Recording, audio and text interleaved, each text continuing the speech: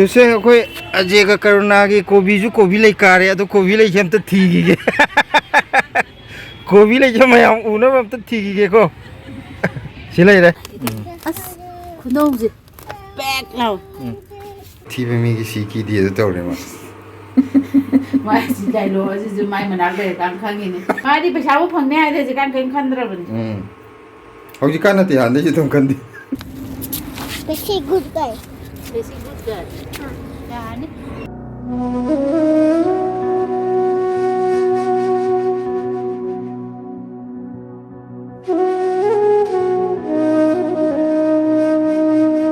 कोई होगी सिंग चाव की मोटा याम चाव न खर होंगे ना अता चार के ले लगे तन चार का लास्ट तक कोई जे नॉन मणिपुरी ओन की दोरा नहीं लास्ट ना मुझे मान मुझे हो रहा है क्या ना खर ले दी ना क्या ना तो रगा अरे जो अथी भी बयान नहीं कोई मारी ते नंग दी फजबी मान गया तो ने कोई की क्या ना तो स्केलेटन की फजबी देवदी मानिंग बा अरे फजबी माला रोई बा आई फजबी नंग ना मान दे जका ना मान दे ना खंबरा ये कोई नहीं करीबा सही सकती नहीं पीदो करीबा कना हिमेश ने पुखत भी रानू मंदाल लगा अजी दे अंगाव भी ले गए थे ना अदुने इन तो रोक गए अदु नंग क्या ना तो यानी हॉलीवुड फिल्म कुम यानी भूत की अदु मेकअप तो उधर जो तुम यानी अदु यांग तेम कंगन गिगे अदु दी मेकअप ना मयांग कंगन बाई स्केलेटन छाब दो और ये तुम यानी क्या ना मेकअप तो उधर भी तो भूत फिल्म कुम बा फाउमी कितना नॉइज दी माई सिला जी मयांग ओलनी ये मयांग ओल जुमा अथी भी ओले फजावा को की सोरों मफान द कंपा हम तरह के चुजाग दी रानू मंदिर हाय रो नते नंग चुजाग वही लोग यानी है पैसा जुमा कमलाना साइडना आइना रियल ओइदोरबन लास्ट में दिल्ली ले यार सोरों मफान द चुजाग लो होगी अदो लास्ट पैसा थी पैकेट कर दी है दी किधर दी मी तो मैम लाइना होनी ना कहीं तो पाई रुदी ने पैसा थी पाई दो मान दे तो अदो नंगी तो ना सुनिंग दे वही वाली चुजाग लो बनी बेवाने नंगी वाही कैसे कोई दी कहीं नो है दी लव है हमने ऐसे थिंकिंग है ना चुजाग लो रुकी का है बता लव थोक सो करे यो लो सो मारी पैसा वो फंगने आए थे जिकान कहीं खंडरा बनी अब जिकान ना त्यान दे जितुम कंदी हाँ ना दी चिंता तो नहीं खंडरा नते मी पोट हुराल बुझु नते पोट जोन भुकै दोगे मी की पोट मसाना न तौरगा मी पोट हुरान दो सर पुदी हुमांग मन लेम न त कनो तो बुदु न फै कनो मी वकनी अखोइदि हुरान दो दी तो यारे यो हुरान दो सर पुदी हुमांग मन लेबाक तौरजु मी हजिरा सुरजु कोइदि सुजगे ड्रेस फजा बसे ल हुरा लकी गांधी न अर्जिंग मतमदबुदी ओनरेको कोइदि ड्रेस फजा बसे सिला नंग तंदो स्कोर को कोई याम हाय ने आई से हाई बने अदो कोई तई जे मो चेदने हाप तई जे असिदने नुंगाय मादी सिलादी याना बदौबदा सिला ओले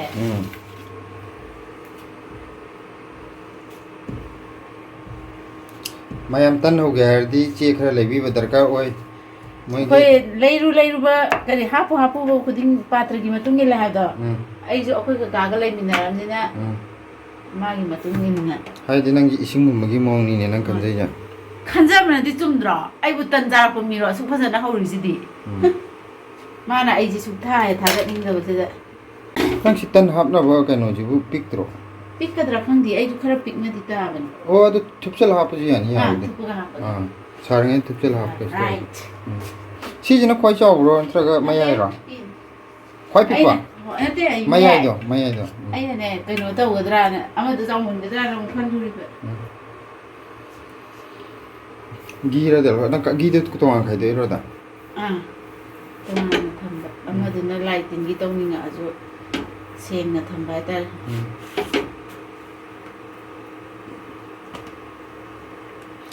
शिमला द लेंगा दि घी पीवी निंगा याम लाइबने अखोइ अदु जो देसी की असेंबा मयम द सेमजबदो घी कनो तौबदो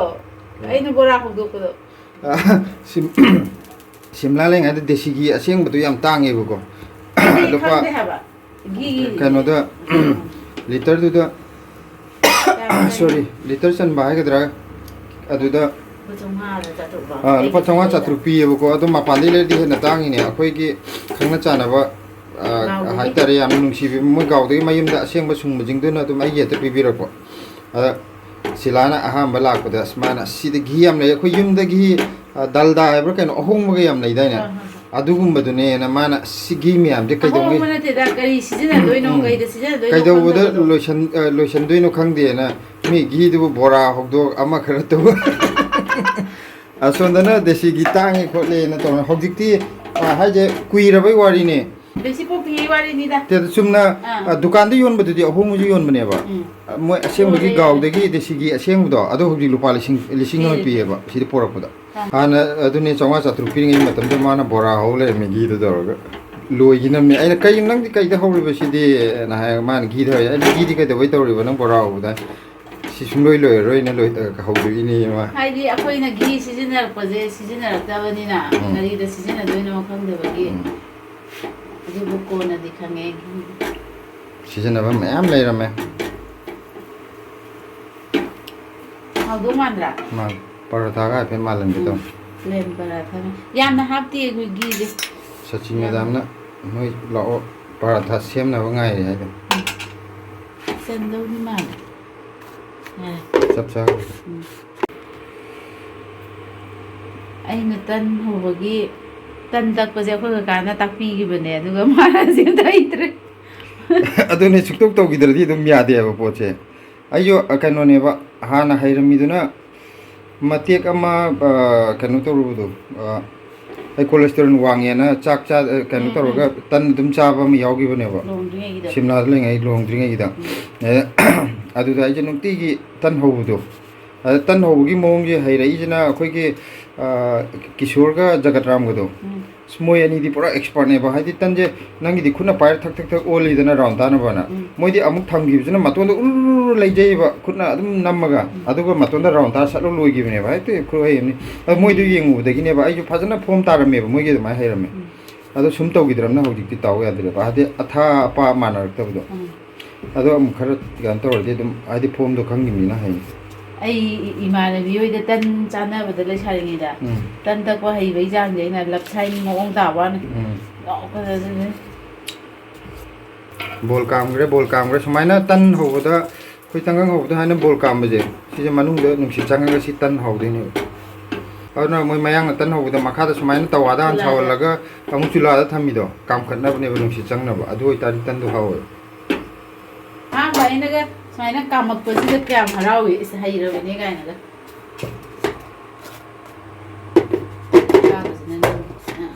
kari aka ina nang ki kai mana ba chau ke no khoi di thi ra ju ne phaza ba re e di ma di ya li ha ne sao bang ga di ma di ya da ya ne athi be mi ki si ki di da to re ma mai si dai lo si ju mai manak de tang khang ni adagi kari ba kano da lai ba do kari na na hara pa do ai di nang na sum hai jal li rang khan ma do ngan da nga da lai nga manak da try bu pi na da ba ga nam si bia bra thi go bi thi go bi jai khang de ba ai ni ma nei gon da sum lang na ri bu ni nge do ga la da thi go bi da se moi oi le ra me adu ai khang di thi go bi ai je kai no ni thai ku pi ga ma na ba ma lai bu do le ye si la lai be ma la service pa da de tips pi roi dong isa nga si post ta ba teng teng tập lại cái cơ tức teng teng wow teng ok nó sẽ teng để xí dễ tan nhầm sẵn na hore mama da tips pi ga pi roi dra pi ge kaya lupa kya pi ni tips lupa kya pi de no mummy को कितना देना है 1 2 3 4 5 6 7 8 9 10 10 rupees दे दे वाह नामा सना सा गया रे निमु सना सागे आई सना किते साबियो सादना लेडी में हम तो करी हम कन तो गए ना सना सीगे हां एक Queen Pamjay, Etu Sana Pamjay, Sila. Queen ju pa me sana ju pam je ya. 그는 또 기들어. 짜나. Charge. Pai na. Mama, तब मैं को रोटी बनाई.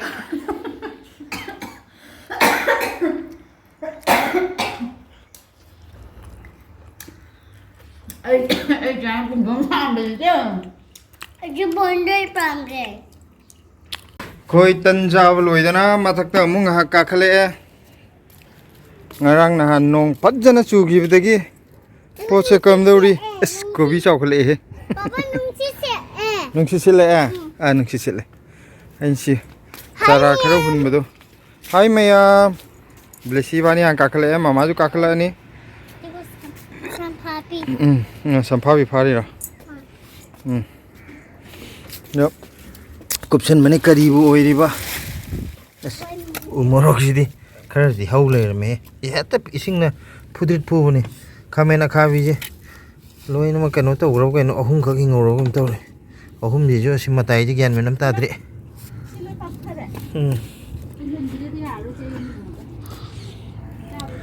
kaino khamen simbudro asida ai thamdoine ai sem ge ngasi siama 가면 신버세 가가나 소나 간다. 홍도이 하디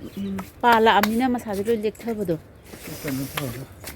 마옹 테크닉 아마 셈게 물레 가면 신버세 시기 문버세 양 꾸이는 장 심마 자지. 가면 신버세 동 꾸이는 장 나버산. 고비 탐셋 마이 cô bị thân cho mai em chào này post đi cô bị thân cho mai gì xí mà đi chào rồi hey cô bị thân cho mai dạy em ngọc ninh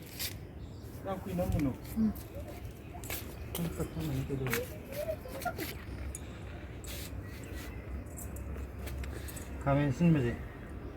Hi Miam. masu khara ngang ke to yaw ngang ke lak yaw 꾸이는 디정이 거 가세요 가면 신바지 문 모양 꾸이 보자 여기 cô bị thân cho mai xin á last mà khóc con bố hình đồ tôi rồi hầu bữa nay xin nhầm hay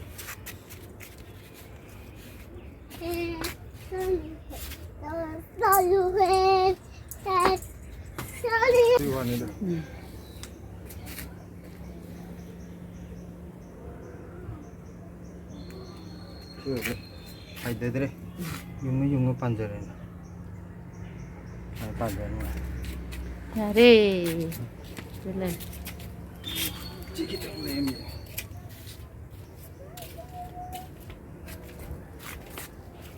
hangam je pere kasal e phana amna hangam pere kasal ko jing je hekta laga kogi isunu pikaruna gi ju chara ama pige magi je pige tawraga sum yumdam nawa akho yumlo nawa anak po jingjigi hana pina hona bdo ko senu pikaruna gi chara amte pige taro sum farak ta lai ron amuk ti ma bang de pigra ba mana mayum do ni da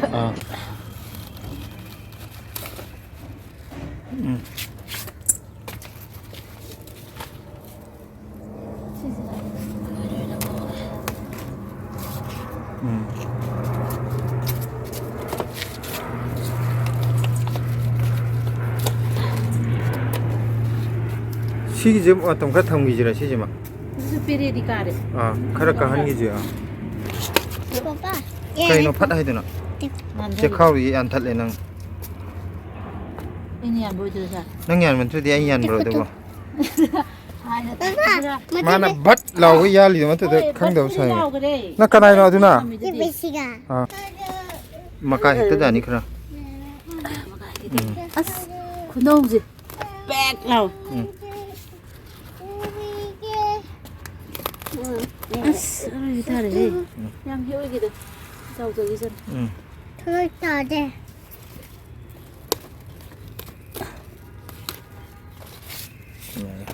Papa. 수마이나 이디 하이 마차 암차 좀 걸부지. 고라 사베 디 시함 농아요. Dito.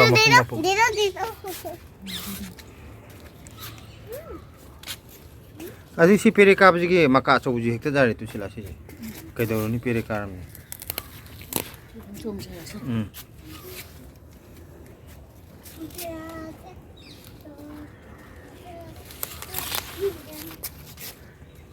ꯍꯪꯒꯥꯝꯁꯦ ꯁꯤ ꯍꯪꯒꯥꯝꯁꯤꯃ ꯂꯣꯏꯁꯤꯜꯂꯛꯑꯕꯅꯦꯕꯀꯣ ꯑꯅꯧꯕ ꯊꯥꯅꯕꯗꯤ ꯈꯤꯇꯪ ꯄꯤꯛꯏꯌꯦ ꯂꯧꯊꯣꯛꯑꯒꯦ ꯍꯣꯏ ꯌꯦꯡꯉꯨ ꯄꯦꯔꯦ ꯀꯥꯔꯦꯁꯤꯁꯨ ꯂꯧꯊꯣꯛ 크런지리. ꯌꯥꯔꯦ ꯌꯥꯔꯦ very good ꯁꯤꯒꯤ ꯈꯥꯃꯦꯟ ꯁꯣꯡꯒꯤꯁꯤꯁꯨ ꯄꯦꯔꯦ ꯀꯥꯕ ꯑꯃ ꯌꯥꯎꯔꯣ ꯀꯩꯅꯣ ꯇꯧ ꯑꯩꯅ ꯑꯆꯧꯕꯁꯤꯁꯨ ꯂꯧꯊꯣꯛꯑꯁꯤꯔ ꯍꯥ ꯀꯣꯟꯅꯗ ꯑꯣꯏꯔꯗꯤ ꯊꯝꯒꯣ ꯀꯣꯟꯅꯔꯣꯏꯗ ꯑꯣꯏꯔ ꯂꯧꯊꯣꯛꯑꯣ ꯑꯗꯨ ꯐꯪ ꯀꯥꯔꯦ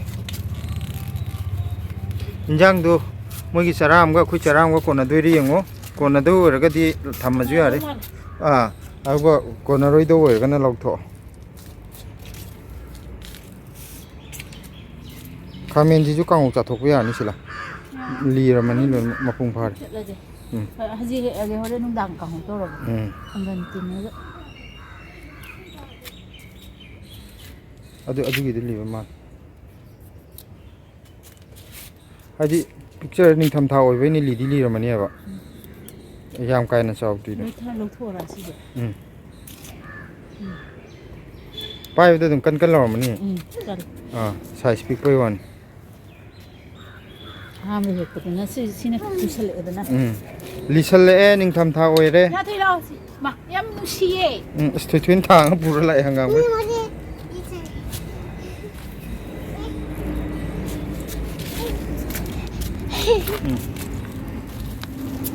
Very good guy. Very good girl. 야니? ꯌꯥꯝꯅ ꯇꯥꯕꯗꯨ ꯑꯉꯥꯡꯕꯗꯨ ꯅꯠꯇ꯭ꯔꯗꯤ ꯍꯦꯛꯎ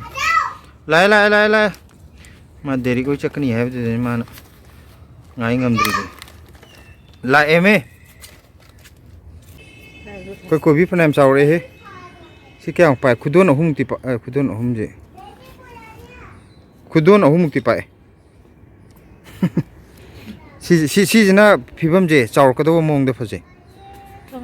ꯁꯤꯁꯤꯅ ꯀꯣꯕꯤꯁꯦ ꯇꯥꯁꯟꯗ꯭ꯔꯗꯣ ꯁꯤꯁꯤꯅ ꯏꯁꯥ ꯁꯥꯠꯇꯣꯛꯑꯦꯕꯀꯣ ꯁꯤꯁꯤꯅ ꯃꯁꯥꯁꯦ ꯀꯟꯅ ꯇꯥꯁꯜꯂꯒ ꯊꯣꯛꯂꯛꯑꯦꯕ ꯁꯤꯁꯨ ꯁꯤꯁꯤꯅ ꯃꯅꯨꯡꯗ ꯃꯔꯤꯛ ꯇꯧꯋꯦ ꯉꯁꯤꯒꯤꯗꯤ ꯃꯊꯛꯀꯤ ꯁꯤꯐꯧꯇꯪ ꯑꯣꯏꯔꯒꯦ ꯃꯈꯥ ꯇꯥꯅ ꯏꯆꯟꯅꯨꯄꯤꯒꯤꯁꯨ ꯀꯩꯅꯣ ꯊꯤꯜꯂꯨꯈꯤꯒꯦ ꯍꯪꯒꯥꯝ ꯏꯆꯟꯅꯨꯄꯤꯒꯤ ꯃꯌꯨꯝ ꯌꯧꯔꯦ ꯀꯩꯅꯣ ꯇꯧꯔꯤꯁꯤꯗꯤ ꯍꯪꯒꯥꯝ ꯃꯁꯦꯝ ꯄꯨꯔꯛꯑꯝꯗꯦ ꯄꯦꯔꯦ ꯀꯥꯔꯛꯑꯦ ꯊꯣꯡꯖꯤꯕ ꯑꯃ ꯀꯧꯗ꯭ꯔꯤꯉꯩꯗ ꯂꯧꯁꯤꯜꯂꯒꯦ ꯍꯪꯒꯥꯝ ꯀꯩꯅꯣ ꯇꯧꯒꯦ ꯊꯤꯟꯒꯦ ꯂꯥꯛꯄꯅꯤꯗ ꯇꯨꯁꯦ ꯑꯩꯈꯣꯏ ꯑꯖꯦꯒ ꯀरुणाꯒꯤ ꯀꯣꯕꯤꯁꯨ ꯀꯣꯕꯤ ꯂꯩ ꯀꯥꯔꯦ ꯑꯗꯣ ꯀꯣꯕꯤ ꯂꯩꯁꯦ ꯑꯝꯇ ꯊꯤꯈꯤꯒꯦ ꯀꯣꯕꯤ ꯂꯩꯁꯦ ꯃꯌꯥꯝ ꯎꯅꯕ ꯑꯝꯇ ꯊꯤꯈꯤꯒꯦꯀꯣ ꯁꯤ ꯂꯩꯔꯦ ꯍꯟꯗꯛ ꯄꯩꯁꯥꯗꯤ ꯈꯔ ꯁꯥꯗꯣꯔꯦ ꯑꯁꯣꯝꯗ ꯑꯃꯒ ꯂꯩꯔꯤ ꯃꯌꯥꯝ ꯇꯨ ꯁꯤꯗꯩꯗ ꯐꯨꯅꯤꯟꯅꯦ ꯑꯩꯈꯣꯏꯅꯗꯤ ꯍꯥꯟꯅ ꯅꯥꯄꯤꯅꯦꯅ ꯐꯨꯛꯇꯠ ꯂꯣꯏ ꯂꯪꯊꯣꯛꯑꯦ ꯑꯗ ꯐꯨꯅꯤꯟꯅꯦꯅ ꯃꯊꯪꯗꯩꯗꯤ ꯆꯥꯕ ꯌꯥꯔꯅꯤ ꯑꯩꯈꯣꯏꯒꯤꯗꯁꯨ ꯌꯥꯝ ꯍꯧꯋꯦ ꯁꯤꯁꯦ ꯑꯩꯅ ꯍꯥꯟꯅ ꯐꯨꯅꯤꯟꯗꯣ ꯃꯁꯛꯇꯣ ꯈꯪꯉꯨꯗ꯭ꯔꯕ ꯁꯤ ꯃꯄꯨꯁꯦ ꯑꯝꯇ ꯅꯪꯒ ꯃꯥ ꯉꯥꯏꯕꯅꯦ ꯅꯪ ꯀꯣꯕꯤ ꯂꯩꯁꯦ ꯀꯩꯅꯣ ꯀꯔꯕꯥꯔ ꯇꯧꯗꯣꯏꯔꯥ ꯄꯩꯁꯥ ꯇꯥꯜꯂ ꯌꯦꯡꯉꯨ ꯂꯥꯛ ꯀꯣꯕꯤ ꯂꯩ ꯀꯥꯔꯦ ꯑꯩꯅ ꯅꯣꯏꯒꯤꯗꯤ ꯀꯣꯕꯤ ꯂꯩꯒ ꯏꯃꯥ ꯃꯄꯨꯁꯦ ꯌꯦꯡꯍꯟꯒꯦ ꯇꯧꯅꯤ ꯃꯌꯥꯝꯁꯦ ꯎꯗꯗꯅꯀꯣ